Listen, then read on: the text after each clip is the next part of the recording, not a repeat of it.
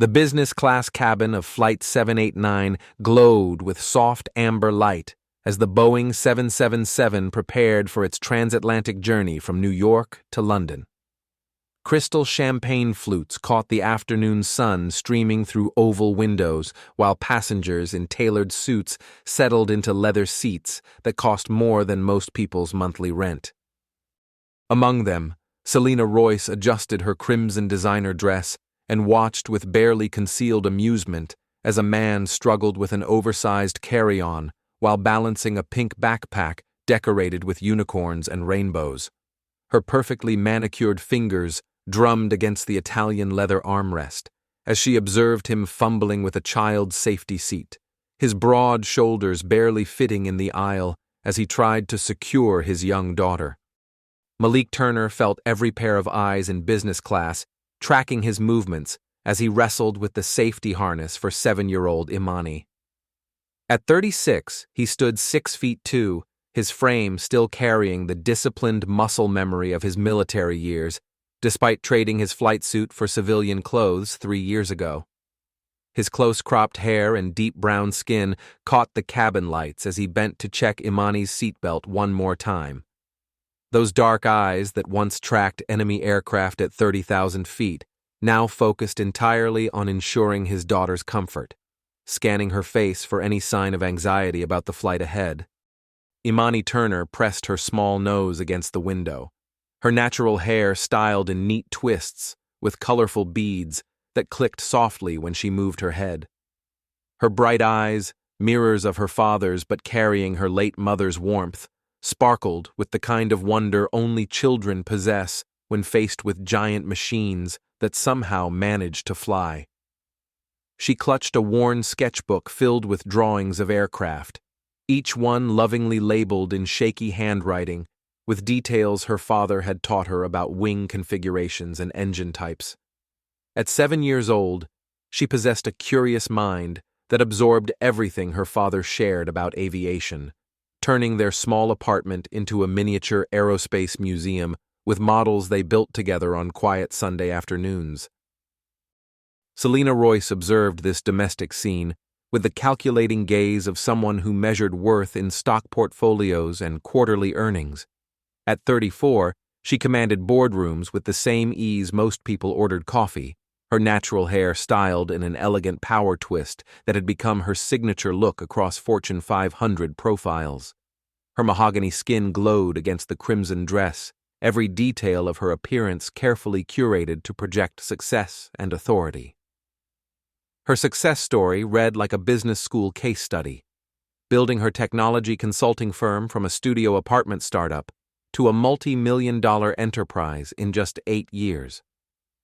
Yet beneath the polished exterior and designer wardrobe lay scars from past betrayals that had taught her to judge quickly and trust slowly, to measure people by their appearance and apparent status before allowing them any closer. Captain Douglas Reed conducted his pre-flight checks in the cockpit, his weathered hands moving across instrument panels with the muscle memory of 25 years in commercial aviation. At 52, the distinguished black pilot had seen enough to fill several lifetimes of stories, from emergency landings in cornfields to navigating through volcanic ash clouds. His salt and pepper beard was trimmed with military precision, and his calm demeanor had earned him a reputation among crew members as unflappable, the kind of captain who could announce severe turbulence with the same steady tone he used to point out landmarks below. Today's flight manifest showed a full passenger list, and weather reports indicated possible storm systems over the Atlantic that would require careful navigation. First Officer Adrian Blake adjusted his seat beside the captain, fighting off a wave of nausea he'd been battling since lunch. At 38, he was in the prime of his career, recently promoted after 15 years of dedication to the airline.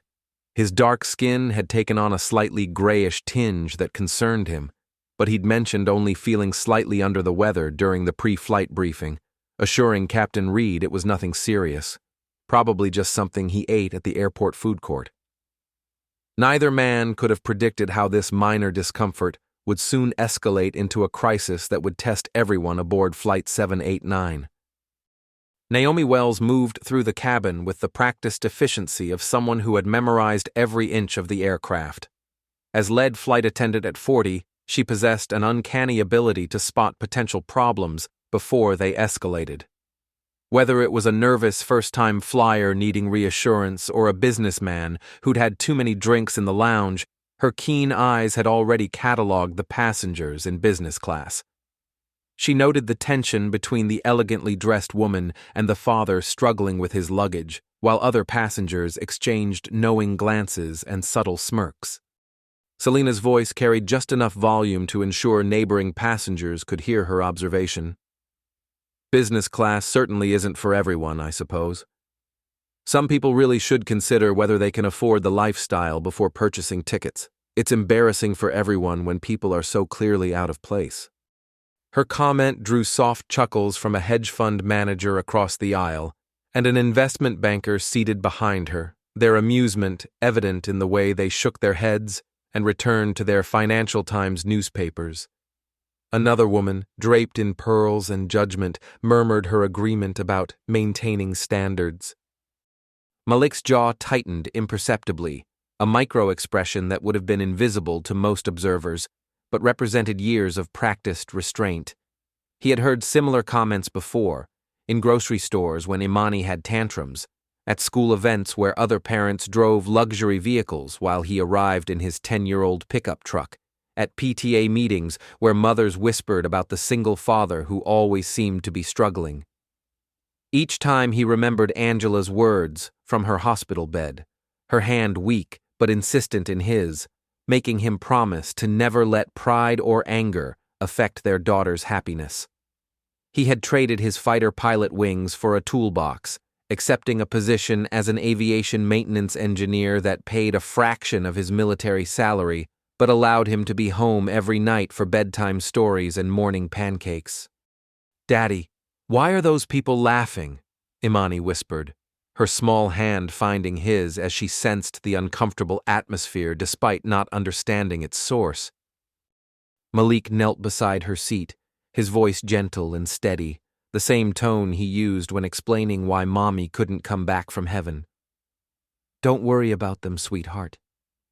Some people just need to make noise. We're exactly where we're supposed to be." He pulled out her favorite book about a brave little airplane that could fly higher than all the others because it had the biggest heart, a story Angela used to read that had become their nightly ritual since her passing. Selena observed this interaction with a mixture of satisfaction and something else she couldn't quite identify. Perhaps a flicker of discomfort at the genuine tenderness between father and daughter. She had built her empire on reading people, on identifying weaknesses and leveraging them in negotiations. This man's obvious financial constraints, his dated clothing from discount stores, the generic brand sneakers, the careful way he'd counted bills at the gate, all pointed to someone who had no business in business class, probably someone who had saved for months or used points accumulated over years for this single luxury experience. The plane pushed back from the gate with the subtle jolt that marked the beginning of every journey into the sky. Malik helped Imani locate the safety card, turning the required demonstration into a game as they had done on the few flights they'd taken together. She giggled when he made sound effects for the oxygen masks dropping, her laughter a bright note that cut through the subdued atmosphere of business travelers already focused on laptops and tablets, displaying spreadsheets and presentations. As Flight 789 climbed through 10,000 feet, the seatbelt sign dimmed and the cabin crew began their service. Malik declined the offered champagne, requesting apple juice for Imani instead, another detail that didn't escape Selena's notice. She sipped her Dom Perignon while making mental notes for her presentation in London, occasionally glancing at the father and daughter who seemed absorbed in a drawing project involving what appeared to be fighter jets and clouds. The first indication of trouble came at 35,000 feet over the Atlantic Ocean. The plane shuddered, not the gentle turbulence passengers barely notice, but a violent shake that sent drinks sliding across tray tables and caused overhead bins to rattle ominously. The lights flickered, casting strange shadows across suddenly pale faces, and a peculiar burning smell began to permeate the cabin, sharp and acrid like overheated electrical components. In the cockpit, warning lights illuminated in rapid succession, painting the dim space in reds and ambers. Adrian Blake's face had gone from pale to ashen, sweat beading on his dark forehead as he struggled to focus on the instruments. His hands trembled as he reached for controls, and Captain Reed noticed his first officer's labored breathing, the way he kept blinking as if trying to clear his vision. "Adrian, you all right?" Captain Reed asked, his tone shifting from professional to concerned as he observed his colleague's deteriorating condition. Before Adrian could respond, his body went rigid, then slumped forward against his harness. His breathing became shallow and erratic, his skin taking on a grayish pallor that sent alarm bells ringing in Captain Reed's experienced mind. The captain immediately triggered his radio, calling for Naomi Wells, while simultaneously attempting to maintain control of an aircraft that had begun to list slightly to starboard. The plane lurched again, this time accompanied by a sound no passenger ever wants to hear, the stuttering of an engine struggling to maintain power. Screams erupted from economy class, while business class passengers gripped their armrests with white knuckles. Selena's champagne glass shattered on the floor, the golden liquid mixing with crystal shards as the aircraft dropped several hundred feet in seconds before Reed managed to regain control. Captain Reed's voice crackled through the intercom, and for the first time in his career, passengers could detect the edge of urgency beneath his professional calm. "Ladies and gentlemen, this is your captain speaking. We are experiencing some technical difficulties. I need to ask, are there any current or former pilots on board? Any pilot with experience, military or civilian? Please identify yourself to the cabin crew immediately." The silence that followed was deafening, broken only by the unsettling whine of struggling engines and scattered sobs from passengers convinced they were living their final moments. Flight attendants moved through the aisles, their faces masks of professional composure even as their eyes betrayed their concern. Naomi Wells scanned business class, her gaze stopping on each passenger, searching for any sign of recognition or response to the captain's unprecedented request. Malik's internal battle raged in the space of 3 heartbeats. He had made a promise to Angela, sworn on her memory, that he would never again put himself in danger. Imani needed a father more than the world needed another hero. His retirement from the Air Force hadn't been just a career change, but a fundamental shift in priorities, choosing playground visits over combat missions, choosing bedtime stories over briefing rooms. The nightmares had finally stopped, the phantom sounds of missile locks and warning alarms no longer waking him at 3 a.m. Yet, as he felt the aircraft's unstable movement, recognizing the signs of a plane fighting to stay airborne, he knew that his promise to keep Imani safe superseded everything else. His trained mind was already cataloging the symptoms: partial engine failure, possible hydraulic issues based on the sluggish response patterns, electrical problems given the flickering lights. Every instinct honed through thousands of flight hours screamed at him to act. His hand moved to his jacket pocket, fingers finding the worn leather wallet that held his identification cards. Behind his driver's license, carefully preserved despite having no official use for 3 years, was his military ID, Lieutenant Colonel Malik Turner, fighter pilot, 22nd Fighter Squadron. The photograph showed a younger man, clean-shaven and stern, eyes focused on distant horizons rather than playground swings and school recitals. Imani grabbed his hand as the plane shook again, her small fingers interlacing with his. "Daddy, are we going to be okay?" Her voice remained steady, carrying the implicit trust that whatever happened, her father would handle it the same way he handled nightmares and scraped knees and questions about why some people had mommies and she didn't. Malik kissed the top of her head, inhaling the sweet scent of the hair products Angela had always insisted on. Coconut oil and shea butter that kept Imani's hair healthy and smelling like home. Then he stood slowly, his movement drawing every eye in business class. He pulled out the military ID and handed it to Naomi Wells, who had materialized beside his seat as if summoned by his decision. Her eyes widened as she read the credentials, immediately understanding the significance of what she held.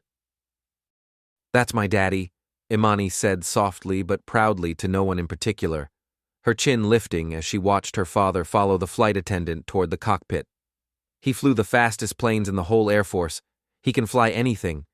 He's a hero." Selena Royce stared at the man she had dismissed as beneath her notice, watching his confident stride toward the front of the aircraft. The dated clothes suddenly looked different, the worn jacket revealing itself as military issue, the precise way he moved through the narrow aisle speaking to training and discipline rather than social awkwardness. Her champagne-clouded mind struggled to reconcile this revelation with her earlier assumptions, the cognitive dissonance creating an uncomfortable knot in her stomach that had nothing to do with the plane's erratic movement. Malik entered the cockpit to find Captain Reed wrestling with controls while Adrian Blake lay unconscious, strapped in but clearly incapacitated. The instrument panel showed multiple system warnings, and Malik's trained eye immediately cataloged the critical issues: hydraulic pressure fluctuations, engine temperature spikes, and what appeared to be a partial electrical failure affecting navigation systems. The smell of burning electronics was stronger here, and through the windscreen, he could see storm clouds building ahead, dark towers of cumulonimbus that would test even a fully functional aircraft. "Lieutenant Colonel Malik Turner, retired Air Force, F-22 Raptor pilot," Malik announced, sliding into the jump seat behind the pilot's positions. 2,000 combat hours, another 1,000 in training and transport aircraft. 3 distinguished flying crosses. Tell me what you need, Captain. Douglas Reed didn't waste time on pleasantries or verification. The crisis demanded immediate action. "First officer's down. Likely severe food poisoning or allergic reaction. We've lost partial hydraulics. Number 2 engine is running rough, and we're about to hit a storm system I can't navigate around with our current mechanical status. I need you to handle communications and systems management while I fly. Can you do that?" Malik was already reaching for the spare headset, his hands moving across unfamiliar controls with the adaptive thinking that had made him one of the Air Force's top pilots. The muscle memory returned instantly, years of training overriding the rust of civilian life. "Copy that, Captain. I'll need 30 seconds to familiarize myself with your panel layout, then I'm your co-pilot. What's our nearest diversion airport?" As the 2 men worked to stabilize the aircraft, Naomi Wells returned to the cabin to manage increasingly panicked passengers. She moved with deliberate calm, instructing people to ensure seatbelts were fastened, stowing loose items that had scattered during the turbulence. Her voice remained steady as she repeated reassurances, even as her own heart raced with the knowledge of how serious their situation had become. In business class, Selena found herself gripping her armrest with unprecedented fear. She had negotiated billion-dollar deals, faced hostile takeovers, survived boardroom betrayals where careers were destroyed with PowerPoint presentations. But none of that prepared her for the helplessness of being trapped in a metal tube at 35,000 feet with no control over her fate. Around her, other passengers had abandoned all pretense of composure, some crying openly, others praying in whispered voices, and a few simply staring ahead in shock. Imani Turner sat with remarkable composure for a 7-year-old, her sketchbook open to a drawing of an F-22 Raptor she had been working on. She colored carefully, staying within the lines despite the plane's occasional shudders, as if her concentrated calm could somehow help her father in the cockpit. When the businessman beside her began hyperventilating, she offered him a piece of gum from her unicorn backpack, explaining in her serious child's voice that her daddy said chewing gum helped with ear pressure and nerves. In the cockpit, Malik had fully integrated himself into the flight operations, his voice steady as he communicated with air traffic control while monitoring engine parameters. "London Center, this is Flight 789 declaring emergency. We have partial system failure and requesting immediate vectors to nearest suitable airport. 200 souls on board, 4 hours fuel remaining. The storm hit them with the force of a giant's fist. Rain lashed against the windscreen with such intensity that forward visibility dropped to nearly zero. Lightning split the sky in brilliant, terrifying displays that illuminated the cockpit in stark relief. The plane bucked like a wild horse trying to throw its riders, and Malik's combat experience proved invaluable as he maintained his composure, calling out readings and adjustments while Captain Reed fought to keep the aircraft stable. Altitude holding at 33,000, Malik reported, his voice cutting through the chaos with military precision. Engine 2 temperature dropping but still in yellow range.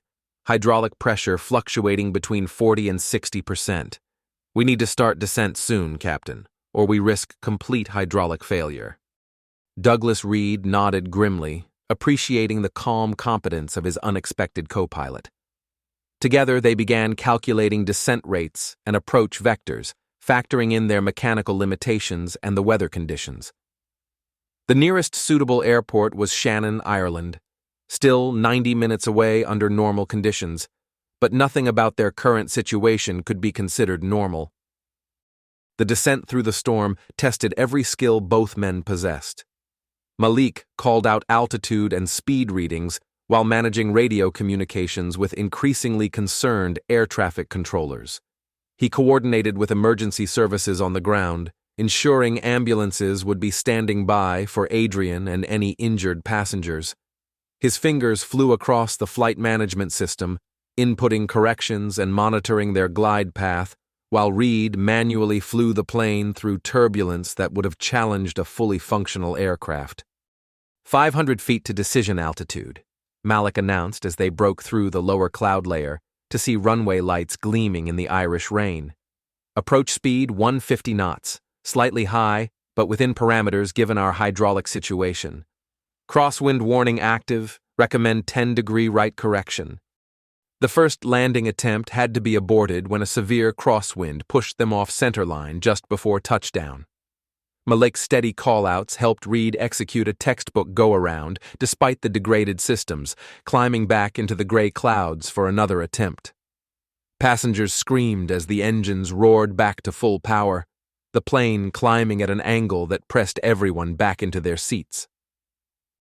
Selena found herself praying for the first time since childhood, her usual cynicism stripped away by raw terror. She thought about her empty apartment filled with awards and accolades that suddenly seemed meaningless, the relationships she had sacrificed for success, the family she'd never started, because the timing was never quite right. Beside her, she could hear Imani's small voice saying, "It's okay. Daddy knows what to do. He promised Mommy he'd always keep me safe." The second approach began with Malik calling out every parameter with the precision of a surgeon, describing vital signs. 3,000 feet, on glide slope, speed 145 knots, hydraulic pressure holding at 55%, wind correction applied, centerline tracking good. His voice became the rhythm by which Reed flew, each call out a stepping stone toward safety. 1,000 feet, stabilized approach criteria met. Recommend continue, Malik announced, his tone betraying no hint of the enormous pressure both men faced.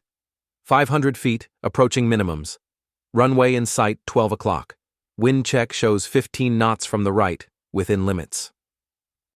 The main landing gear touched down hard enough to bounce once before settling, the nose wheel following with a thump that sent relief flooding through 200 passengers.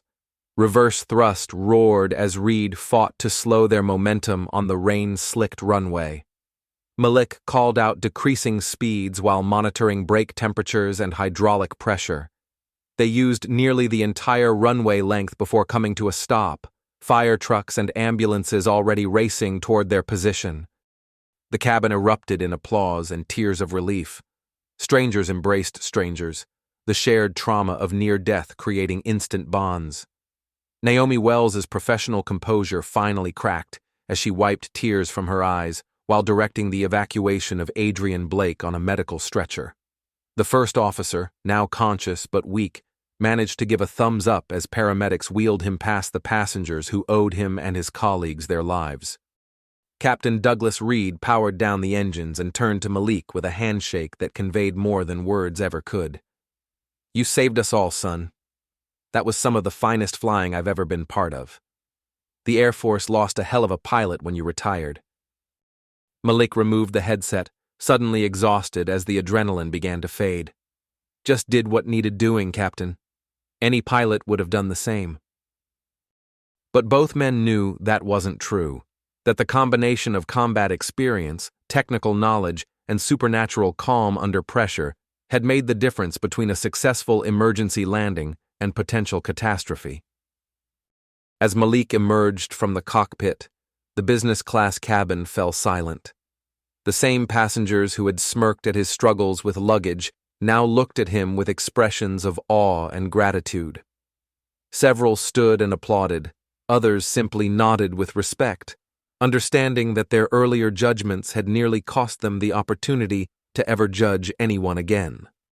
Imani launched herself into his arms the moment he reached their seats, her small body shaking with relief. "I knew you'd save everyone, Daddy. I told them you would." Her simple faith in him was worth more than all the medals and commendations he had earned in his military career. Media crews were already gathering outside the aircraft, having been alerted to the emergency landing and the dramatic story of the passenger pilot who had stepped up when needed most. But Malik had no interest in interviews or accolades. He gathered Imani's belongings, her sketchbook and unicorn backpack, preparing to disappear into the crowd of evacuating passengers, just as he had vanished from military life 3 years earlier.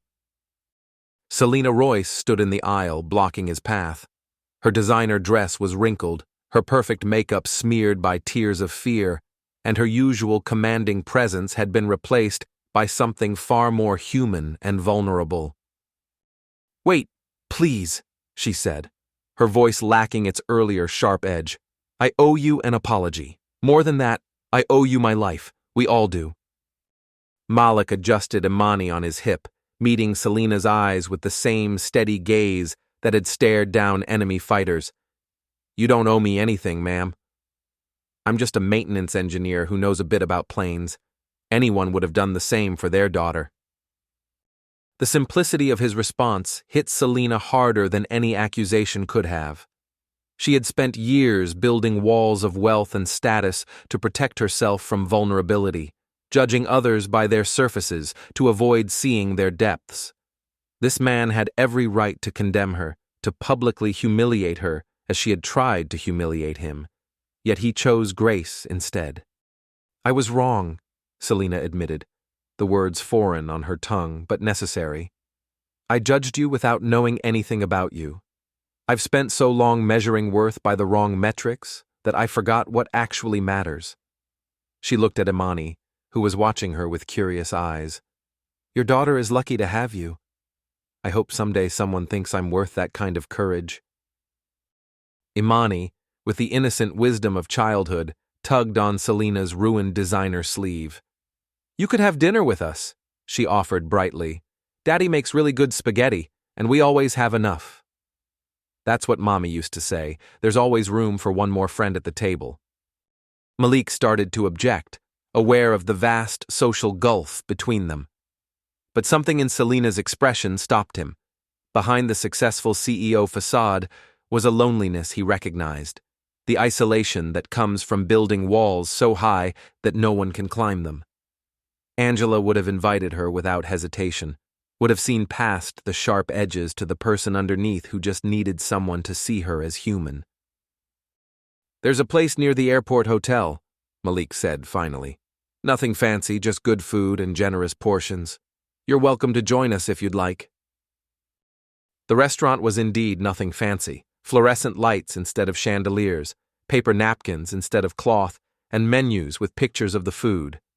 But as the three of them sat in a worn vinyl booth, something shifted in the atmosphere. Selena found herself laughing genuinely for the first time in years as Imani explained the aerodynamics of French fries, using them to demonstrate how planes generate lift. Malik shared stories from his Air Force days, carefully edited for young ears, while Imani colored on the paper placemat. He talked about Angela without the raw grief that had once accompanied her name, describing how they met at an air show where she was selling homemade jewelry, how she had insisted he was too serious and needed someone to remind him that not everything in life required military precision. "She sounds wonderful," Selena said softly, understanding that this glimpse into Malik's life was a privilege she hadn't earned but was being granted anyway. "She was," Malik agreed, helping Imani cut her chicken fingers into smaller pieces.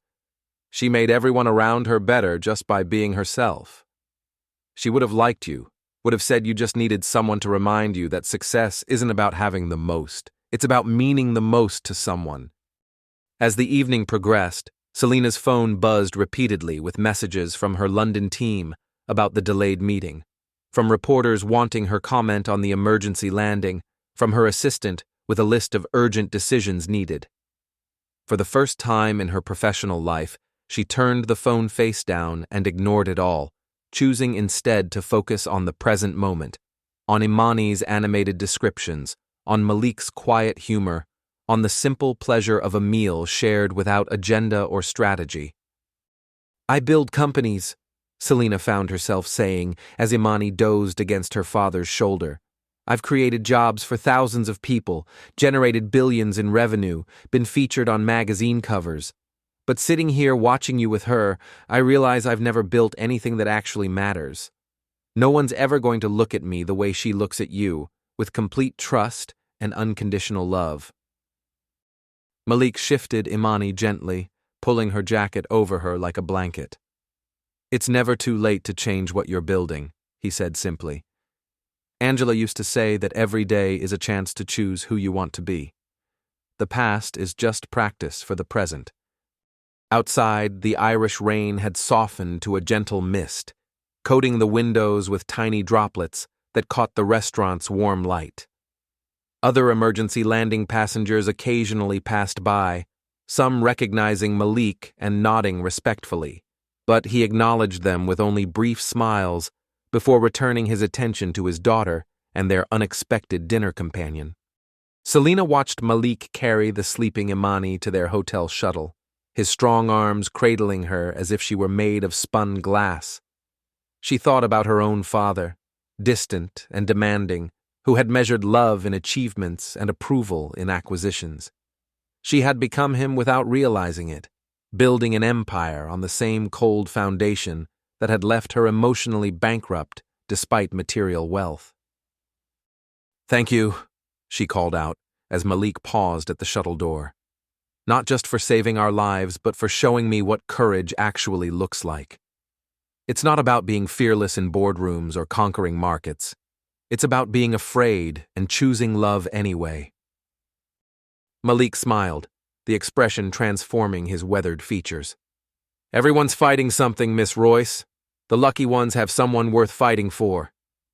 He glanced down at Imani, then back at Selena. "Maybe it's time you found your someone." As the shuttle pulled away, Selena stood in the drizzle, designer shoes soaking through, hair falling from its perfect style. She thought about the presentation waiting in London, the deals to be made, the empires to expand. Then she thought about Imani's innocent invitation to dinner, Malik's quiet grace, the warmth of that shabby restaurant booth. For the first time in years, she wondered if she had been climbing the wrong mountain all along. The news cycle picked up the story within hours, the dramatic tale of a humble single father who saved a plane full of people spreading across international media. But Malik Turner refused all interview requests, declining offers for book deals and movie rights, choosing instead to return quietly to his life as a maintenance engineer and devoted father. He had made a promise to Angela to live for Imani, and that didn't include fame or fortune, just presence and love. Selena Royce returned to her corporate world, but something fundamental had shifted. She instituted new policies at her company prioritizing work-life balance, created a foundation supporting single parents, and began measuring success not just in profit margins, but in human impact. She kept a photo on her desk from a news article about the emergency landing, a grainy image of Malik carrying Imani across the tarmac, a reminder that true strength isn't about power over others, but responsibility for them. Months later, she received a hand-drawn invitation in Imani's careful printing to attend her school play. Malik had included a note saying Imani had insisted on inviting the nice lady from the airplane who needed friends. Selena cleared her schedule, flew coach for the first time in a decade, and sat in an elementary school auditorium watching Imani play a brave little airplane in a story about flying with your heart instead of just your wings. After the play, as parents gathered for juice and cookies in the cafeteria, Imani introduced Selena to her classmates as the lady daddy helped find her heart. Malik apologized for his daughter's candor, but Selena just smiled, understanding that children often see truths that adults work hard to hide. Standing in that school cafeteria, eating store-bought cookies, and listening to Imani explain why her daddy was the best pilot, even though he fixed planes now, Selena understood what Malik had meant about finding her someone. It wasn't about romantic love or family in the traditional sense, but about choosing to see others as more than stepping stones or obstacles, about recognizing that every person carried a story worth hearing, a life worth valuing, a heart worth protecting. The emergency landing of Flight 789 became a footnote in aviation history, just another successful crisis management scenario studied in pilot training programs. But for 200 passengers, it remained a defining moment when ordinary people revealed extraordinary character, when assumptions shattered against reality, when a single father's quiet courage saved them all. Malik continued his work as a maintenance engineer, finding purpose in ensuring other families traveled safely. He never mentioned his heroic actions unless directly asked, and even then he credited Captain Reed and the entire crew for the successful landing. His life remained centered on Imani, on homework help and soccer practice, on bedtime stories and morning pancakes, on keeping his promise to Angela that their daughter would grow up knowing she was loved more than life itself. But sometimes, on quiet evenings when Imani was asleep and the apartment was still, Malik would stand by the window and watch planes passing overhead, their navigation lights blinking in the darkness. He would think about that moment of decision in business class, about choosing between a promise to stay safe and a promise to keep her safe, about how sometimes the greatest courage isn't in the dramatic gesture, but in the daily choice to show up, to be present, to love without reservation or requirement. The story could have ended differently, with tragedy instead of triumph, with loss instead of lessons learned. But in that crucial moment when Captain Douglas Reed asked for help, when systems failed and storms raged, when judgment yielded to desperation, a humble single father stood up and reminded everyone that heroes don't always wear capes or uniforms. Sometimes they wear faded jackets and carry unicorn backpacks, their superpower nothing more or less than the determination to protect what matters most. And in first-class seats or economy rows, in boardrooms or break rooms, in moments of crisis or quiet contemplation, perhaps that's the only measure of worth that truly counts. Not what we've accumulated, but what we're willing to sacrifice, not what we've achieved, but whom we've chosen to become, not the heights we've reached, but the hands we've extended to help others climb. The rain continued to fall gently on Shannon that night, washing the emergency foam from the runway, carrying away the evidence of near disaster. But in a small hotel restaurant, 3 unlikely souls shared a meal and discovered that sometimes the greatest journeys aren't measured in miles traveled, but in walls dismantled, in judgments released, in hearts open to possibilities previously unimagined. And sometimes, just sometimes, that's enough to change everything.